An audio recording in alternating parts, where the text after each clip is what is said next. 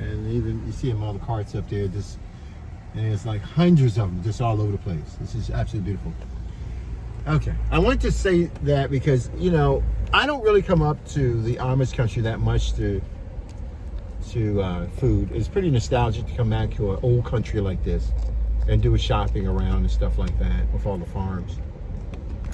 But even places that we go to do shopping, people don't know how to grow food. Farmers can grow for money and things like that, but most people don't have gardens outside of their house, and they're not necessarily growing food. And I want you guys to take a look at these two women here on the bike, and it's so cute.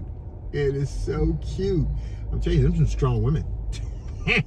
I think so. Got some legs. They do a lot of manual labor. It is. It really is. And so, thanks, Sharon, for sharing that, allowing us to see that. Thank you. But let's go back and stay on topic. We're really talking about you and your. Now, you also have a flower garden, which I think have you ever had a flower garden before?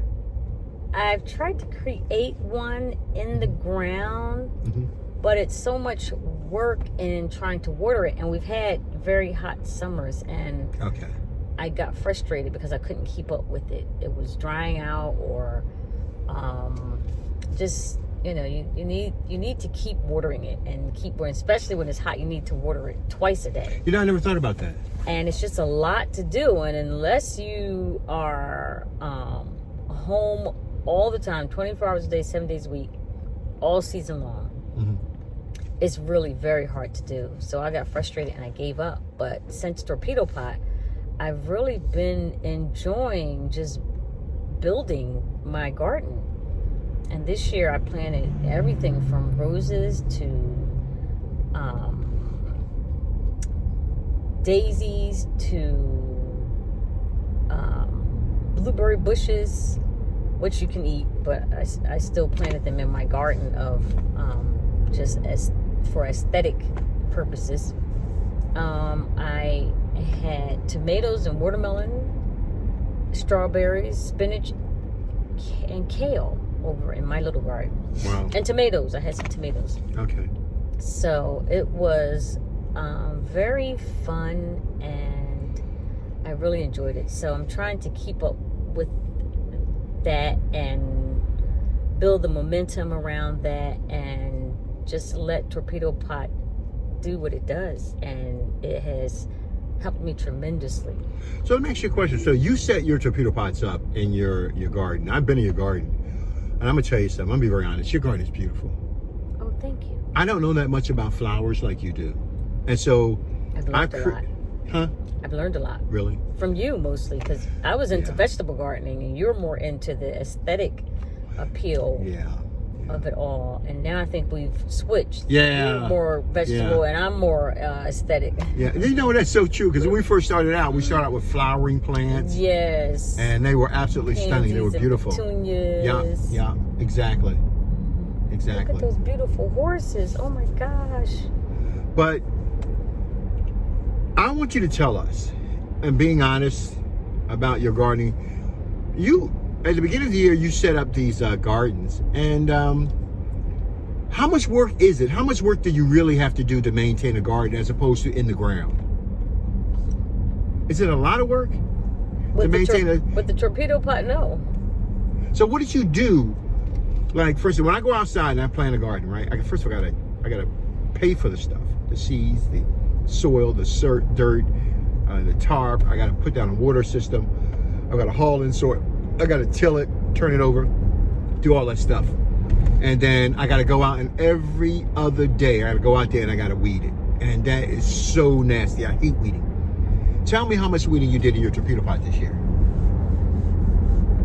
None. I probably did a little bit in the beginning because I had maybe 1 or 2 pots out there that had some weeds growing in it. Okay.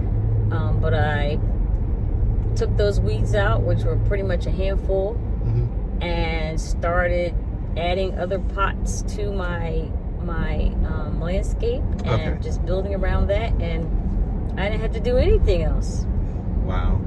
Nothing else, just to put the seeds in and figure out, like I said, plan Right. what I actually wanted it to look like. And that was it. Wow. So you're trying to tell me that once you set it, that you can literally walk away and forget it? Is that real? You can forget it. Some people don't believe that. They say, everybody feels like they have a green thumb. Mm-hmm. And, that's one of the myths we have, is that people have green thumbs. Mm-hmm. I always tell it to my clients, I cannot grow food. I may be a botanist, I may be an agronomist, I may have a chemistry, but you know what? I can't piece together food to cause it to grow. And create it. I can't create it. Yes. So nobody has a green thumb. Most living organisms grow on their time, at their speed, at their rate. You know what I mean? Mm-hmm. And so it's a myth to think that you can go and grow something. Yes. I can't grow even my own children. Yes. Because that's part of the creation, man. They grow by themselves. Them cells multiply and grow by themselves. I may feed it and mature it and help develop, but I don't grow my children. And so therefore I have to understand, I have to let them have their own autonomy to do what they do best. Yes. And same thing with plants. Was it hard for you to find your seeds to grow your garden, Miss Addison? That was what I was getting ready to mention. Mm-hmm. And the only work I had to do, or I should say the only frustration I had with torpedo pot and growing my own garden was not with torpedo pot at all, but getting good seeds that gave me good yield. Wow. I bought a couple of packs of seeds that gave me maybe 30% yield. Wow. And that was pretty disappointing. So now I know where not to get seeds from, and that is what I won't do again. But it takes practice, you know? Yeah. You have to figure out who you can get your seeds from and try, or go on recommendation. Unknown caller. And once you figure out what kind of yield you get from that grower or that seed supplier, then it's all the way. Oh wow. And so now I think next year's garden is going to be even better. That's beautiful. So you raised a very good point, because the best way to test the seed stock that you have, the germination rate, is to throw them in a torpedo pot. See, the torpedo pot, I can't say the word. I'm going to make a statement that some people will totally agree with me. It's almost impossible to kill a plant in a torpedo pot.